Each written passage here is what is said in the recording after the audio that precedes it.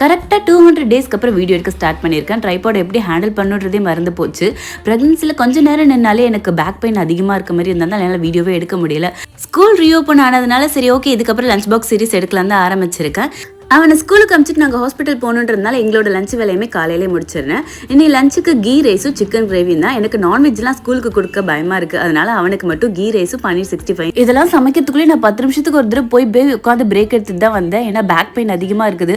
ஆனால் இந்த யூடியூப்பில் இருக்கவங்க ப்ரெக்னெண்ட்டாக இருக்க ஆடுறாங்க ஓடுறாங்க எப்படிங்க உங்களால் மட்டும் அப்படின்ற மாதிரி தான் இருக்குது.